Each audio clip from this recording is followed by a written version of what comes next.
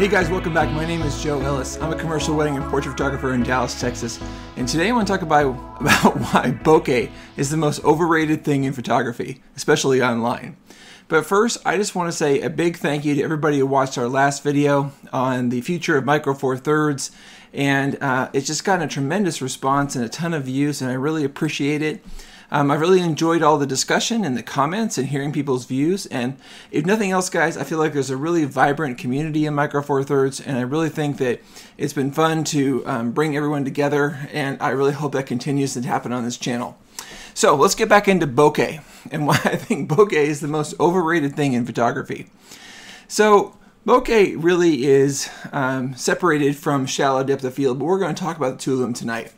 Bokeh is the rendition of the out of focus areas in an image.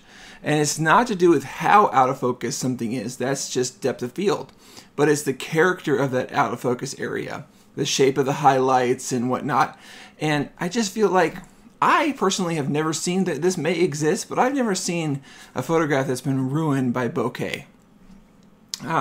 I certainly think that, there can be good and bad, and in a vacuum of just looking at that one characteristic, you can have an opinion on it. But I've never seen a photograph where I thought it was really great because of bokeh, and I've never seen one that I thought was really terrible because of it. So, maybe it's that half of 1% thing that maybe you look at, but to me, it's really so immaterial in the grand scheme of the content of the photograph, and yet it gets so much airtime on the internet that you would think that that's one of the number one things that we're looking at in terms of image quality. Now, let's separate that from depth of field, because that's what I'm going to spend the majority of the time talking about tonight. Because a lot of the time when people say, I love the bokeh of that lens or the bokeh of that image, they're talking about the way that it's been thrown completely out of focus. And I want to talk about shallow depth of field in the sense that I really think that shallow depth of field is a really overused compositional technique, and one that really maybe is the enemy of great composition otherwise. And what do I mean by that? It has sort of maybe three thoughts there. The first one is that when you choose shallow depth of field, you are really eliminating all of the other choices that you have compositionally to make a great image. And, it's really very much a one-trick pony that it doesn't do much for the context of the picture. It doesn't really say much about you as a photographer or give you a chance to tell more of a story. The second thing about it is that it's really easily done. It's really completely gear-based, not really vision-based. It is somewhat, but not as much as other techniques. And if you think that this look is really professional or really high-end, well, it's really just about how much money you're spending and nothing else. You can simply buy a very fast lens and throw it down to f1.2 and bada boom, you're out the door with shallow depth of field. And, it's also really expensive. That's my third point. When you become an aficionado of shallow depth of field, you're going to spend a lot of money on really fast glass. And as a compositional technique, I don't think that's a really great choice. Now, there are a lot of great reasons to buy fast lenses. As a wedding photographer, I'm constantly in dark situations, and one of the best reasons I think you can buy a fast lens is to work in low light.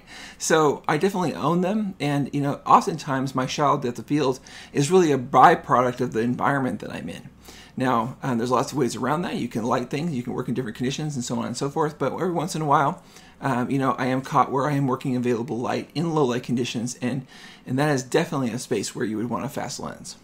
Okay, so I started my journey in photography about 27 years ago, believe it or not. When I was about 13 years old, I sold my first photograph, and I really, at that time, was falling in love with photography. And the way that I was learning was through reading and looking at magazines like National Geographic and Sports Illustrated.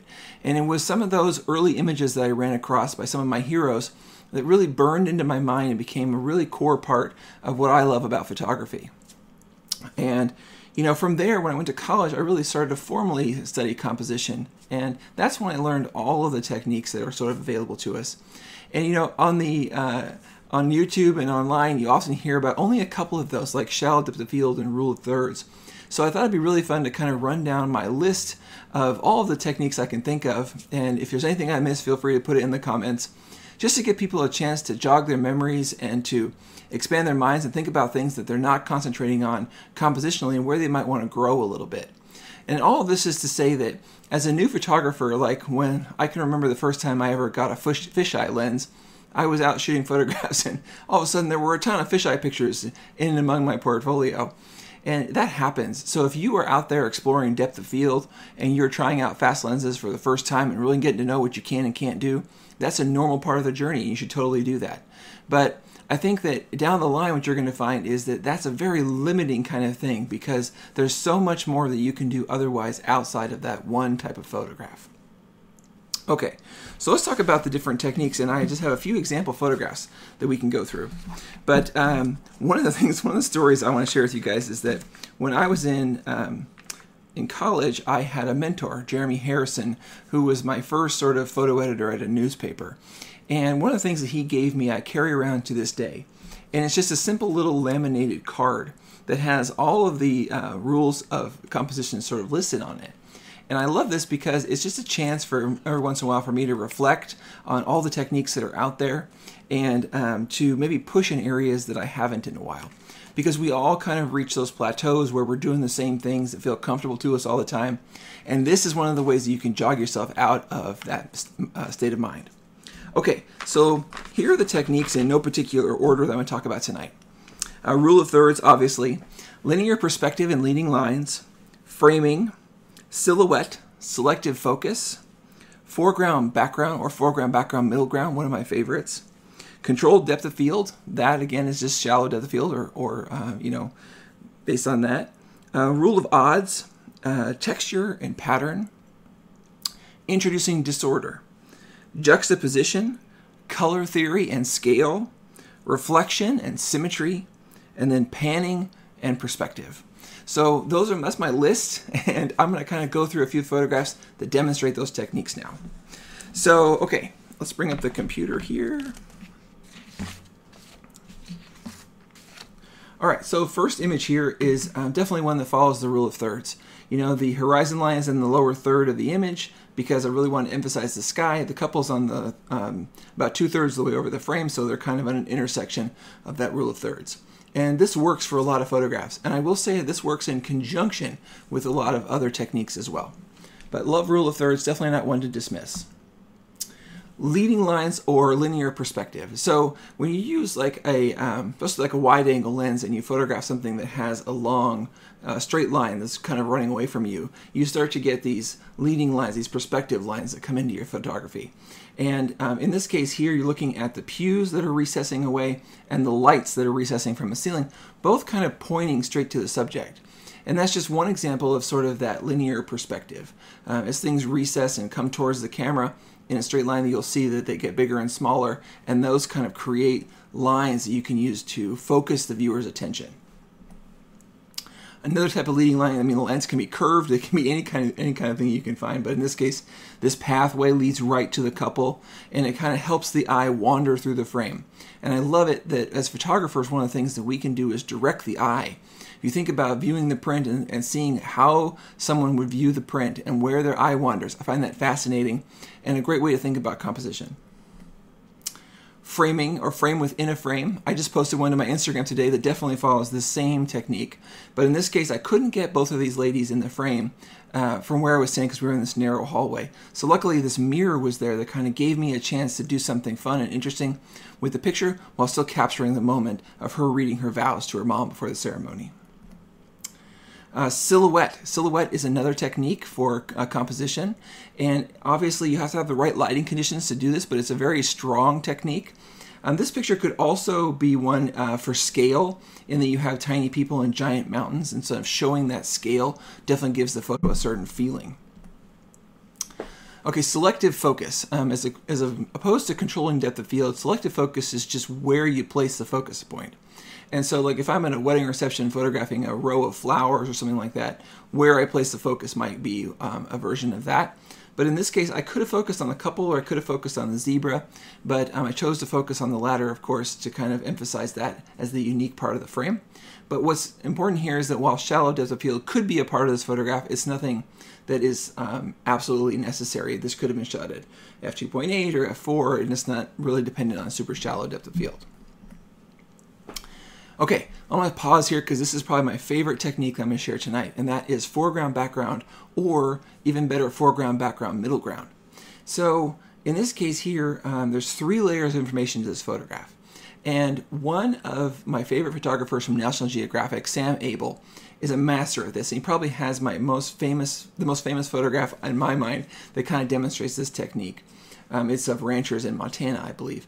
But for me, in this frame, it's about focusing on three different elements that's going on. In the middle ground, we have the bride where the camera's focus is. In the foreground, we have the groom, and we can still read his expression really well. And then in the background of the picture, we have the wedding party watching the first look. And so I love storytelling elements like this. To me, foreground, background, middle ground is like photographic poetry. It's just an amazing way to kind of assemble information and tell a story in a very beautiful and succinct way. Okay, so simple, shallow depth of field is definitely a compositional tool. It's just one I think is a little overused, and it's not as fun or as revealing of your photographic chops as other techniques are. So in this case here, like we focus on their hands, and then it goes off very soft in the distance there, and it's a great way to highlight details and things like that. And shallow depth of field is definitely a technique. Okay, rule of odds. So rule of odds is just the theory that if you have multiples of the same thing in your frame, like 2, 4, 6, 8, the odd numbers in there will give you better, more pleasing compositions than the even numbers will. So if you have a choice between including 3 of something or 4 of something, oftentimes including 3 of them leads to more pleasing compositions. This particular picture also has framing in that they're centered right in that door frame, has some leading lines in the banisters, and it's definitely a very balanced composition.